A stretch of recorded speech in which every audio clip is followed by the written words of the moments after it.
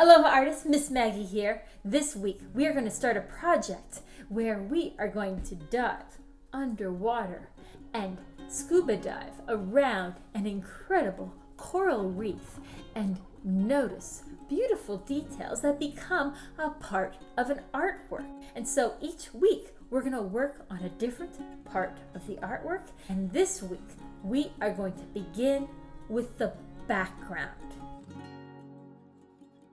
So here are the supplies you are going to want for today's project. You are going to want your large watercolor paper, stiff and beautiful, and it has that texture to it, and also a small drawing paper, maybe two even.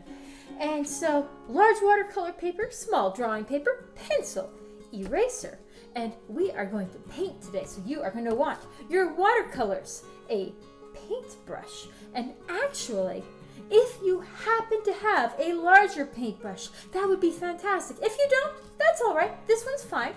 And of course, because we're painting, some water and a napkin. Okay, large watercolor paper, small drawing paper, pencil, eraser, watercolors, paintbrush, maybe a big one, and your napkin and water. Go get those supplies and meet me right back here. So before we take our dive underwater, we need to know what to look for in order to create this artwork.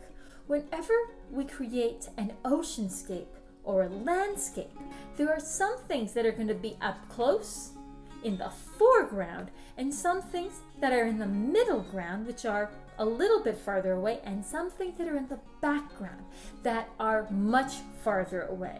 And how close or far away something is changes how it looks, especially if you're underwater.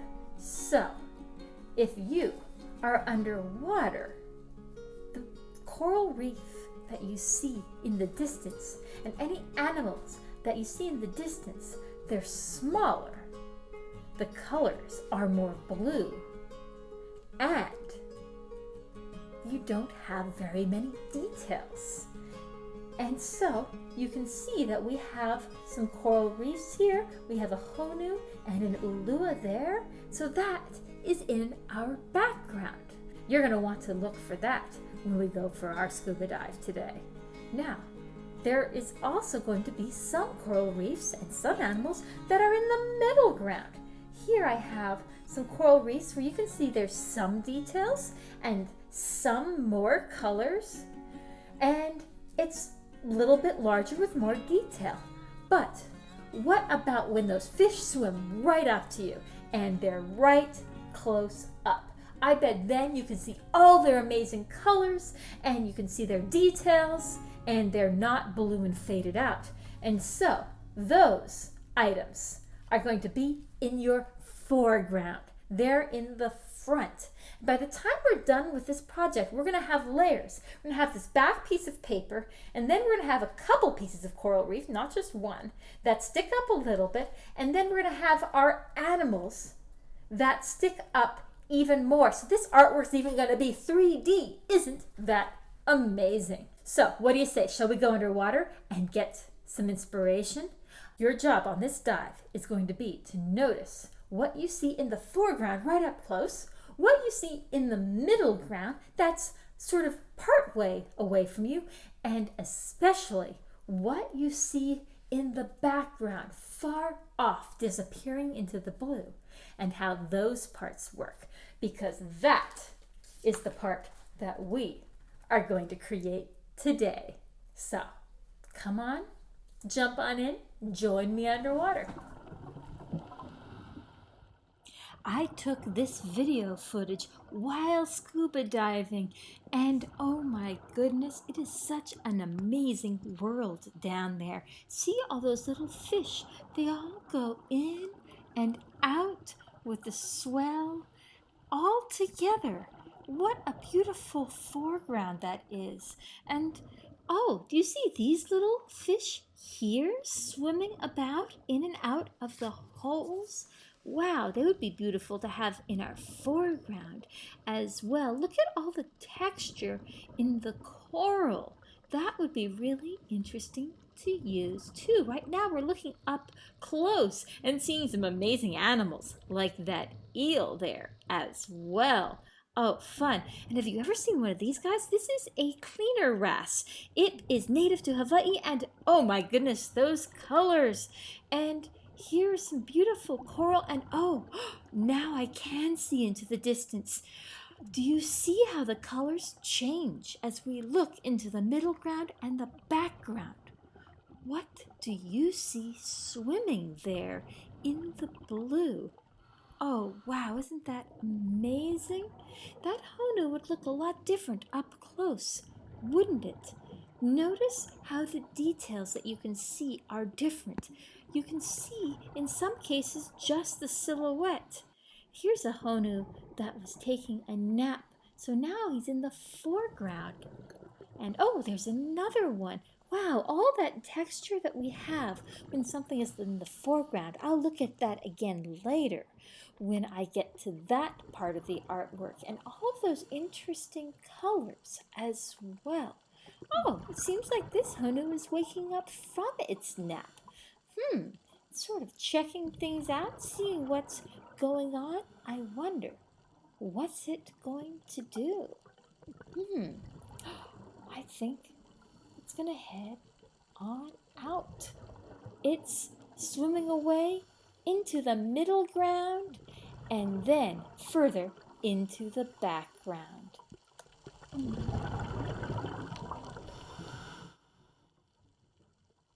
Today, we are doing the background for your beautiful coral reef habitat. And think about the shapes you saw in that video of the coral reefs that were in a distance. We are going to draw the outline of those shapes up in the higher part of your paper, and we're going to add perhaps a couple animals that are in the distance. So today we're drawing very simple shapes, like I think I'm going to have it just go up. See how I'm using a wiggly line? These are some coral heads that are far away, and it's going down into a valley. But we don't want to go too far down, because down here is where there's going to be so much beautiful stuff happening in the middle ground and the foreground. And then I'm going to go up again. One of my favorite things is when there are arches in coral reefs, and sometimes they're just overhanging ledges, but sometimes there's parts that you can even swim through. So see how I've got that shape there? I'm going to make it so there's actually a hole in there. It's all in interesting shape. So there are my very wiggly lines of a coral reef that is in the distance. Now, what animals can I see in the distance perhaps? How about that Honu we saw disappearing into the blue? I'm going to draw that Honu right over here. So for a Honu, I'm going to do a teardropped shell. But these animals are far away, so they're going to be small. So the shell, I'm going to make it like that. I'm going to have a back flipper. Do that front flipper coming down, and its head looking up like it's on its way to the surface for a breath maybe.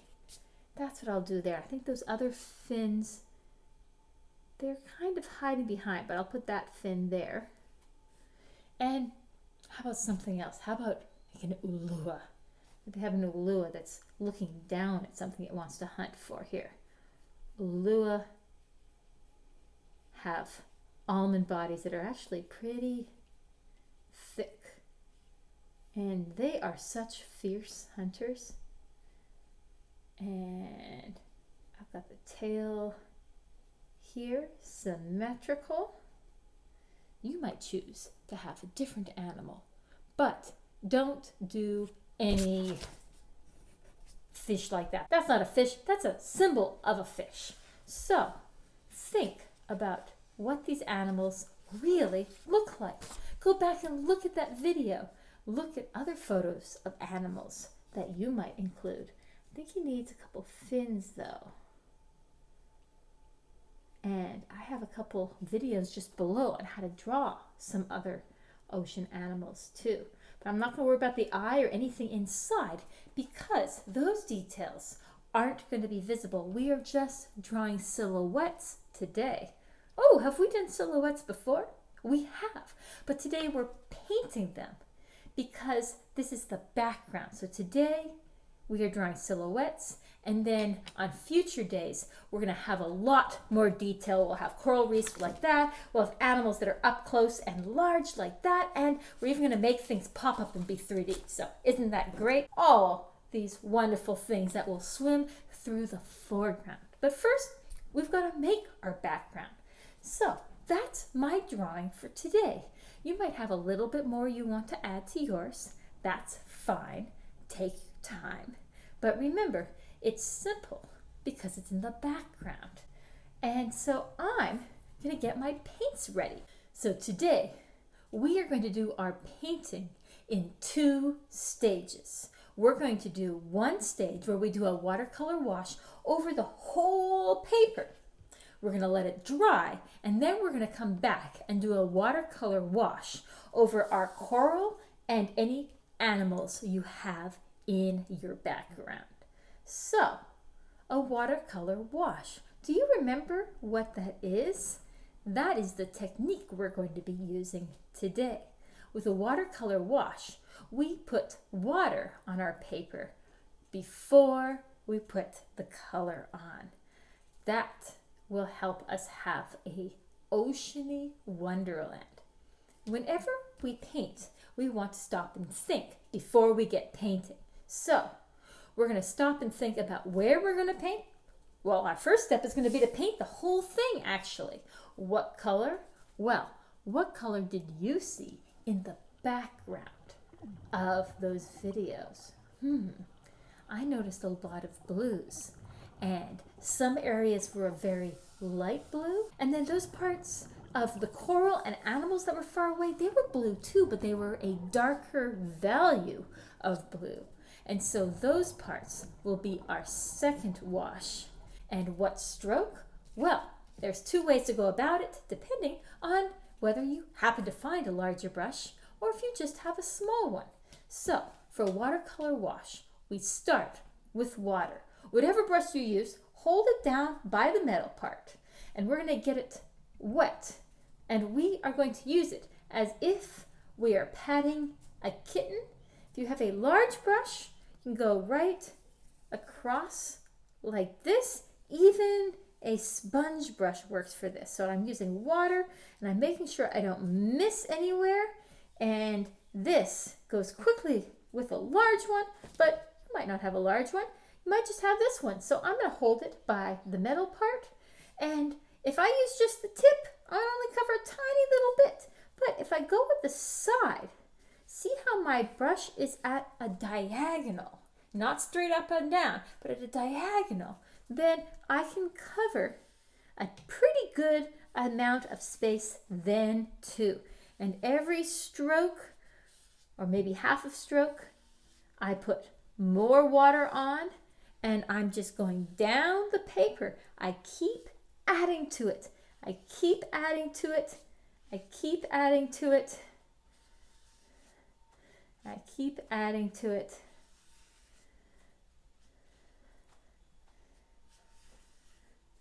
I keep adding to it.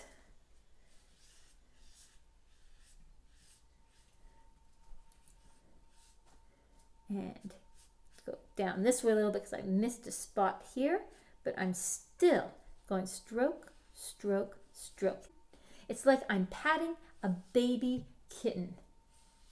And I've got lots of water in there, and if some areas look like they're drying out, I can add a little bit more water to it. But it'll be fine. I'm going to go back to the big brush just so that I can carry on. Take your time. I understand if your brush takes a while, you can always pause the video, and then once you've got it covered in water, start it again, and you'll find out what the next step is. And that next step is I am going to mix a very light blue. I'm going to take a lot of water and put it into a part of my palette where I can mix colors. See how I'm bringing that water over there? I can do that with a smaller brush too. Bring that water in, and I'm going to take a whole bunch of blue and I'm going to mix it into that puddle of water. Now I really do have a puddle. Okay, I've got a lot of blue in there, but it's a very light color because of all that water. Water is how we lighten watercolors. And now I'm going to go over this and drop that blue in. And I want it to be as smooth as possible. And if my paper is wet, that blue is going to flow. We're painting the ocean with water. So it's going to look like water. Ooh, look at that. Oh, yes. How beautiful. I love how the colors shift just a little bit. And I'm going to go down the paper.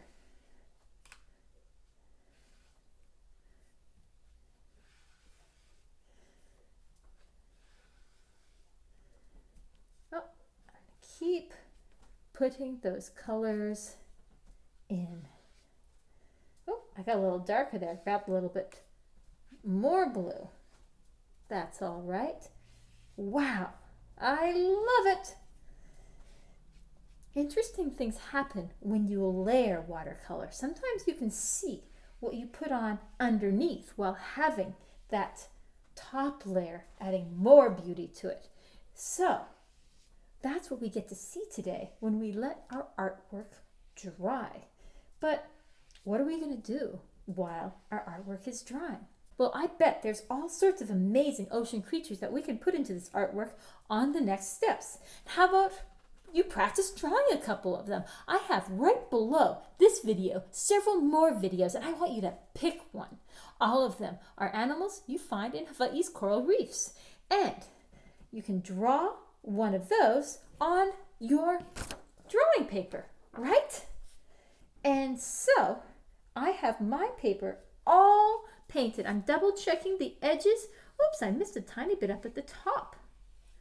So the whole thing is blue. Every single part of it. It is wet. Do you have anywhere around your home that is bright and sunny where this paper could hang out safely while it dries? Somewhere where younger brothers and sisters and pets and blowing gusts of wind wouldn't get to it? If so, put it there. And if you don't have anywhere that's sunny and safe, then just put it somewhere safe to dry while you do your drawing of an ocean animal of your choice on here. Okay? I can't wait to see that drawing too. I'll be right back and we will do the second layer of watercolor.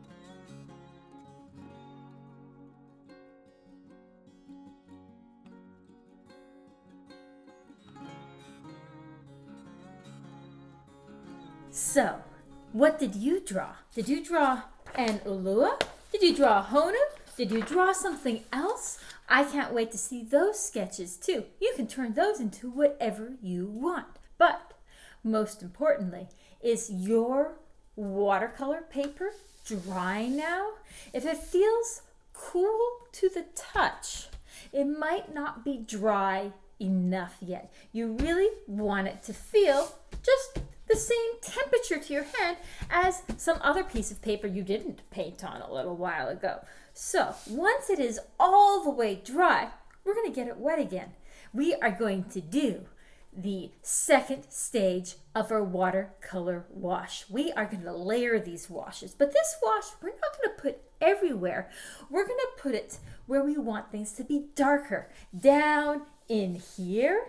And if you have any animals swimming too, so that they are just a silhouette. Let me show you how this is going to work. So I have some of my blue that I mixed last time. Oh, that sort of dried out too.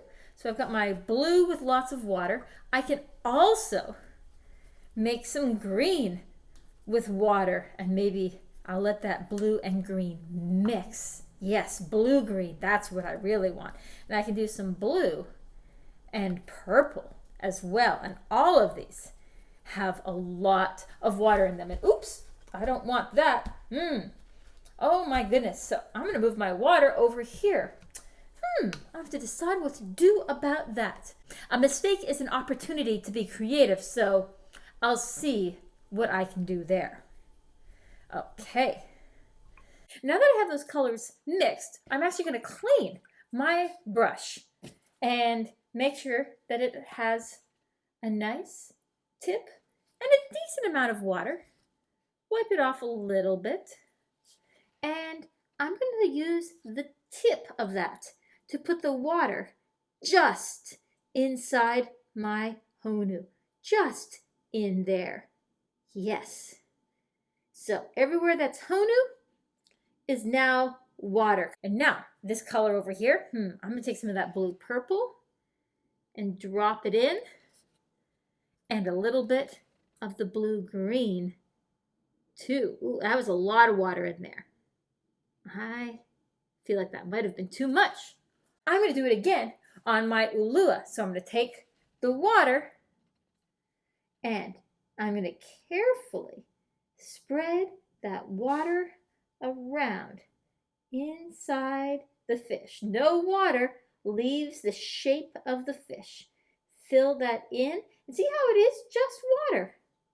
Just water in there. No paint yet. Now, I add the paint. Ooh, look how it's flowing. And that's up there. And I'm going to add some of that purple blue in there. And those colors are blending together. Yeah. Now, I'm going to do this shape. I practiced on my little shapes, do the big ones. So, I'm going to put water in, and it's going to stay inside my shape. So see how I'm using the tip to kind of create an outline on the inside, filling that with water, outline, filling that with water. So for the inside part, I'm using my brush on its side. You can go back to a large brush if you happen to have one handy, but otherwise, just filling it here on the inside.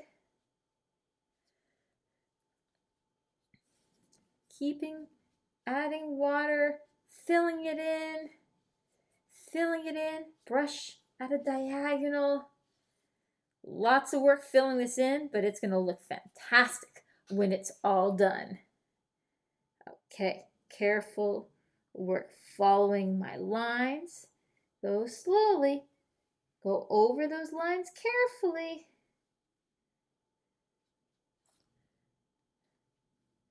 This is just the background. This is what we're going to be seeing in the distance in your artwork. We'll have some big and bold animals swimming in front of this, and we'll have some colorful coral reefs in front of this too. These are just those parts that are fading off into the ocean. But the care we show to our background is going to make the final product fantastic. Okay, I'm going to speed this up with my big brush. Ooh, that fills it in quickly.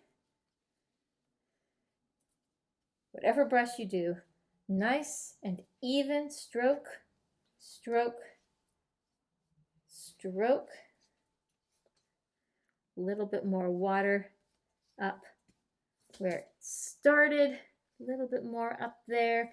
And now I've got all those purple, green, blue, oceany colors. I can drop them in. And if my paper is wet, the colors will flow. There we go. Now, Those colors are flowing. Ooh.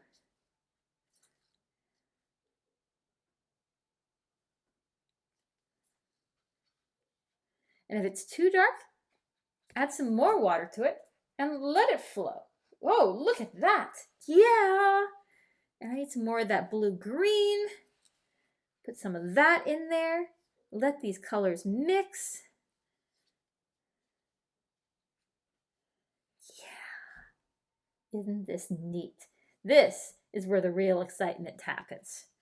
Took a little bit to get to this point. And if we hadn't made the ocean blue, then that would have been harder to fill in later on. Oops, that's really dark there. I don't want it that dark. So I'm going to add some more water and help it keep moving. Moving on to other wet areas. Oh, yes, blues and greens and purples, all just coming out of the ocean. And I kind of like how it's not perfectly even, because it's sort of like layers of coral reef over there. The coral reef has texture too. And because this is in the background, I can't see too much of the texture, but I still have this feeling of all of these different parts. Yes.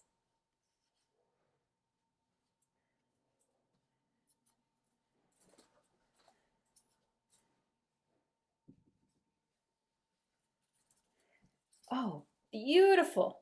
This could be an artwork all on its own. I bet yours too. See how I'm using the side of my brush? That allows me to fill in large areas. I don't have to use that big brush for this. Actually, I really like using this brush, but the side of it.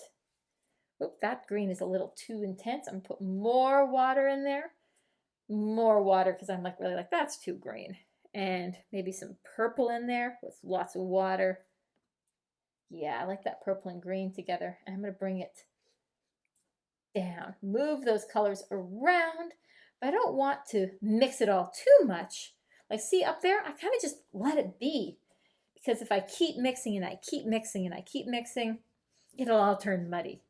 I'm letting parts of it be different as I go.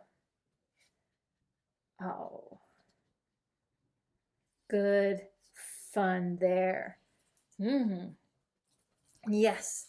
Now, I learned a lesson from when I did that Honu. Did you see how I had like a bubble of water on there? That bubble of water spread out in the paper. So see how my Honu has a bubble around it now on the paper? It's all wet out there. I think that'll go away when it dries, but I think I'm just going to use my brush just a little bit wet and spread that line around. This is me being a creative problem solver, because when watercolor dries with a line, it kind of leaves that line. So I'm making it so that it doesn't have a line. So what I'm going to mostly remember in the future is don't put that much water in one tiny little spot. Spread it out. But that was such a small one, I couldn't really spread it. Down here, easy to spread. Okay, there's mine. Ooh, I love it. It reminds me of times I've gone scuba diving. So here is your reflection question. If you went snorkeling or scuba diving in the happy coral reef underwater habitat that you are creating, what animal would you want to see down there? Also, if you were going to draw that animal so that you could add it to this picture, how would you get better at drawing it? What would you do?